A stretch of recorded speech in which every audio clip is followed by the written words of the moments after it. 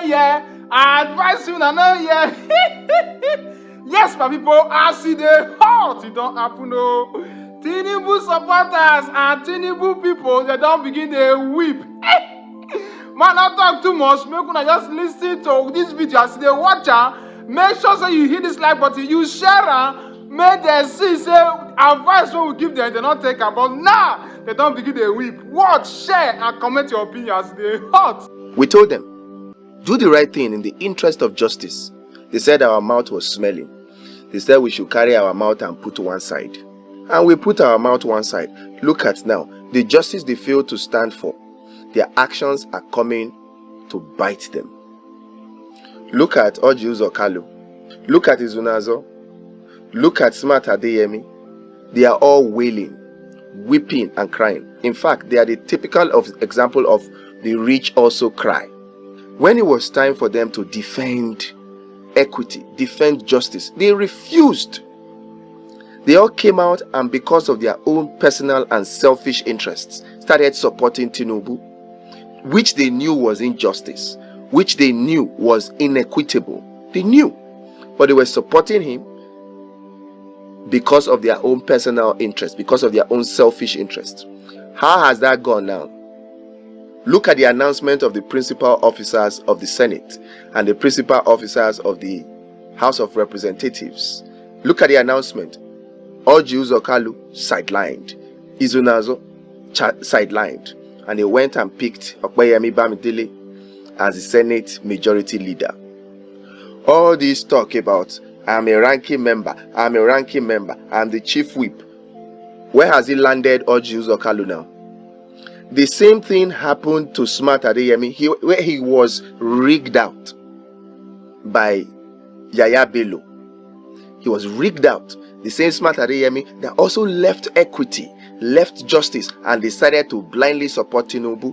And he was even blindly supporting Bello too, in the hope of his personal interest of being a governor being granted. Was it granted? No. Look, stand for justice. Stand for justice. Because when you stand for justice, what goes round comes around. At the end of the day, the justice you stand for will pay off for you. But when you stand for injustice, at the end of the day, that injustice will come back and bite you. Ask Rochas Okorocha now. Ask Rochas Okorocha. Ask Nwanji Uba.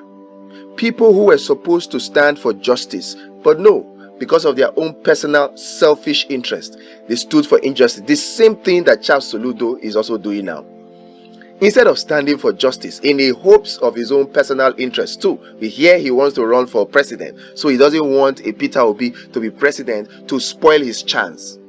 And because of that, he decides that standing for injustice is the best thing to serve his own personal interest. And we also saw how he was embarrassed, thoroughly embarrassed at the inauguration of Tinubu, where he was given proper dress down and shown where to go and sit. He left all the inauguration of state governors that were happening in the southeast.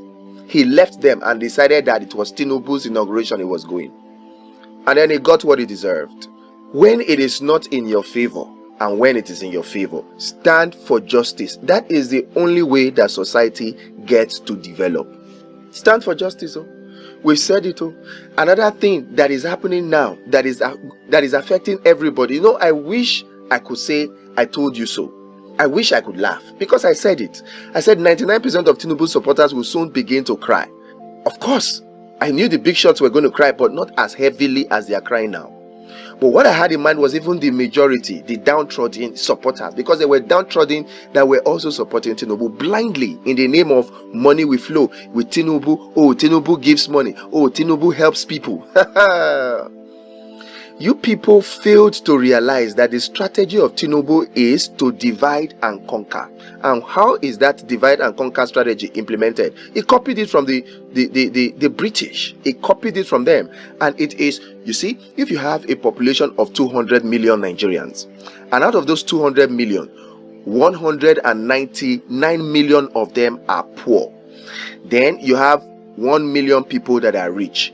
Tinubu has perfected that strategy of using the power of government to forcefully collect money from 199 million, the little money that they have. Even those that do not have the little they have, he forcefully uses the power of government to take that money away from them. And then you see, he uses the 1 million rich people to do it, to execute it. And then he gives part of those money to those 1 million rich people. And then he now comes out to say, you see, I am helping people. Look at the people I have helped. Meanwhile, it is the resources of the majority that he has taken from them forcefully, using the force of government, using the power of government, and then uses it to empower these few rich people. That is what Tinubu is doing. And you see, the truth remains that no matter how much you shout and hope that Tinubu will help you, he cannot help all Nigerians. All those of you that were shouting, money will flow, money will flow. How far? How market? Is the money flowing now? All the policies that Tinubu has enacted now, is it favoring you? Is there a special filling station now for APC supporters that where they buy fuel cheaper? Where they buy fuel for 100 naira per liter? Is there a special filling station for them? Is there a special market where they buy food cheaper? Is there a special hospital where they spend less for medical care? Is there a special school where they get quality education at cheap rate? Is there a special school? I wish I could say I told you so, but I cannot, because the suffering touches everybody. I cannot. I said this was going to happen, and it's happening. I don't feel so happy that it's happening because it's touching innocent Nigerians. But the truth still remains, and it must be told. You caused it. When we said do the right thing, stand up for justice, you chose the path of selfish interest. You were hoping that Tinubu will benefit you personally. You were thinking that money will flow, and many of you came out to say it, that Tinubu will make money to flow, that money will flow with Tinubu. You said it that, oh, Peter Obi does not give shishi, and because of that, he will hold the money that is supposed to be spent on the people. But of course, the truth remains that when you have a leader that does not have avarice, that is not selfish, that is not gluttonous, a leader that is not about capturing, taking. What happens is that it is the average Nigerians that benefit. Only the people who were selfish, who were corrupt, complained that they did not get money under Peter Obi's 2 terms as governor. Only those people. Because what happened is that he took the money and made the money to flow to the people at the downtrodden. That was what happened. But you people believe the propaganda of APC that Peter Obi not a give shishi, that he will hold money will not flow with Peter Obi, and then you believe their propaganda that money will flow under Tinubu. Is the money flowing now? In fact, rather than the money to flow, Tinubu is locking all the taps, and what he is doing, every means necessary to collect the money, the little ones that you do not have, he wants to collect them. Look at what he has done now with professional bodies. He has announced that he will stop funding professional bodies. This is significant because you see, professional bodies were those that felt comfortable. They are the technocrats. They are those that felt comfortable that they can support Tinubu and their money will flow. They can support Tinubu and then they will continue to enjoy the perks of their office. That Peter Obi will hold money. It is Tinubu that will let money to flow. It was the professional bodies. They kept quiet. They were indifferent. They thought it would not affect them. But look at what is happening now. Tinubu coming out to say that he will stop funding of professional bodies. If you guys know what is good for you, you better come and join the bandwagon of obedience. Let's reclaim this mandate together so that the thing can be better for everybody. Because the way things are going now, look, it is only Tinubu and his friends and his very close friends that are benefiting from the situation in the country right now. It is only them. Every other person is being affected by it, from the highest to the smallest. Look at the likes of them, Ojus or Kalu now. Look at the likes of them, Smart Adeyemi now. Look at the likes of them, Izunazo now. Look at them. They are crying, they are weeping. Where's Rotimi Amechi now? Stand up for justice. You say no, it is injustice you want to stand for. Now, another painful thing that will happen with this defunding of professional bodies is this: the cost will be transferred to you. Look at an organization like the Nigerian Midwifery Association, Midwives and Nurses Association.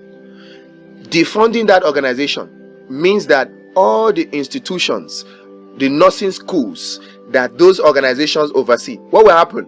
Those will increase their prices. At the end of the day, who bears the brunt? The average Nigerians out there, you and I, who want our children, our sisters, our daughters to become nurses. Those are the ones that will bear the brunt. It is time for us as Nigerians to stand up for justice. We cannot continue. We cannot afford to stand idly by and say, "No concern me." Because at the end of the day, with the way Tinubu is going, it will touch you. No matter how highly placed or how safe you think you are, it will touch you. All these things about Japa, not everybody can Japa. The countries you want to Japa to cannot take everybody. They are restricting it. So at the end of the day, it is the people they want to use to grow their economy that they will allow. And by the way, it is not everybody that can afford to Japa. So all this hope and anticipation of Japa is not going to help everybody, only a few. And the remainder of us that are still in the country, we are all going to suffer it. So it is in the interest of all of us, for you and I, to stand up for what is right. Right now, let us focus our attention on the judiciary and do whatever we can within our powers to do the right things and get our mandate back. And also not to forget that we should put pressure. This so-called increase in the pump price of fuel is unjust. It is evil. It is something that must be reversed. And we cannot get this reversal if you and I sit idly by and refuse to speak in the name that, this too shall pass. It will not pass. It will only get worse. They are already contemplating increasing the pump price to 700 in the name of market forces, because they will tell you when they fixed 540 naira per liter, it was 460 naira to a dollar. Now they have devalued. Dollar is over 770 naira to a dollar, even at the official market. So they will tell you that, the price of fuel needs to go up to 750 naira per liter. And to do that, to deceive you properly and thoroughly, they will first of all come and tell you that, the price of petrol has come down to 480 or to 490. You see, market forces, it has come down small. So when it goes up to 750, you will not complain. It is all a deception. It is all propaganda, all a gimmick.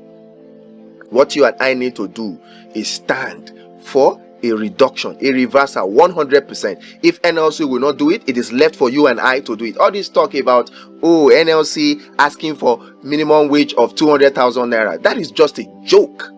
It is a joke. When they started and they were blowing fire and brimstone, I thought they were serious. But right now, it is obvious that they have been pocketed. Because all this talk about 200,000 naira minimum wage, who is going to pay you 200,000 naira minimum wage? Who? We are having minimum wage of 30,000 right now. About 16 states or more cannot pay it. And you're talking about 200,000. Meanwhile, even if the 200,000 naira minimum wage is granted to federal government workers, how many are the government workers? How many? How many?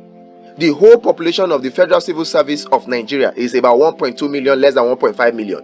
Meanwhile, you have a population of 133 million plus 8 million, again, that's 141 million extremely poor Nigerians. How are they going to cope?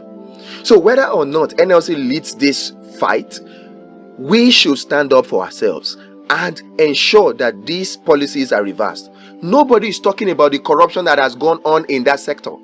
Even when people like former governors are coming out to say that the first subsidy was a fraud. Even when you have intellectuals, doctors at the universities coming out to say that there was no such thing as fuel subsidy, we are still not having a proper discussion as to whether those people should be exposed, whether those monies should be recovered. We're not having that discussion. Meanwhile, that's the discussion we should be having. The solution we should be having that should be applied by a serious government should be those people who collected those monies fraudulently should return those money. That's the proper solution. But no, the Tinubu-led administration chooses to punish average Nigerians by transferring the fraud to them. They are the ones that are now paying for the fraud of a few Nigerians in the name of increase in the pump price of petrol. We cannot keep quiet, and we must not keep quiet. We must stand up for what is right. Because if you think it will not touch you, it will soon come to touch you. Them all Jews or Kalu didn't think it would touch them. Now it is touching them. Them smart ADM didn't think it would touch them. Now it is touching them. The professional bodies, the technocrats that refused to speak, and many of them refused to do the right thing. They thought it wouldn't touch them. They thought they were safe. Now it is coming to touch them. So if you think it would touch you, it will come and touch you. This thing is touching everybody. Even the celebrities, it is touching them. The high ups in the society, it is touching them. It will come and touch you. Unless you and I take action. Let's stand up and speak. Talk. What you just need to do is talk. You need to talk. We cannot be quiet. When you're quiet, they will come and say that Nigerians are happy with APC. They're happy with Tinubu. Like we have seen a young APC member come and say that Nigerians are singing Kumbaya. Like seriously. That Nigerians, Tinubu is winning over the hearts and minds of Nigerians. It's because you're quiet. Wherever you are, at least, even if you cannot come out and protest, which we should be doing, even if you cannot do that, you should at least speak up. In your small space, in your WhatsApp group, talk. In your little work area, talk.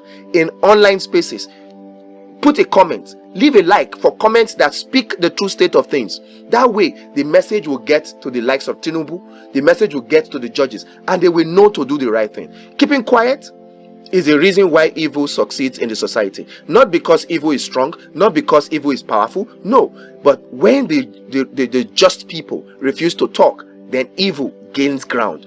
So all of these things that are happening are gaining ground because you and I refuse to talk. So it is time for us to talk. Right time for us to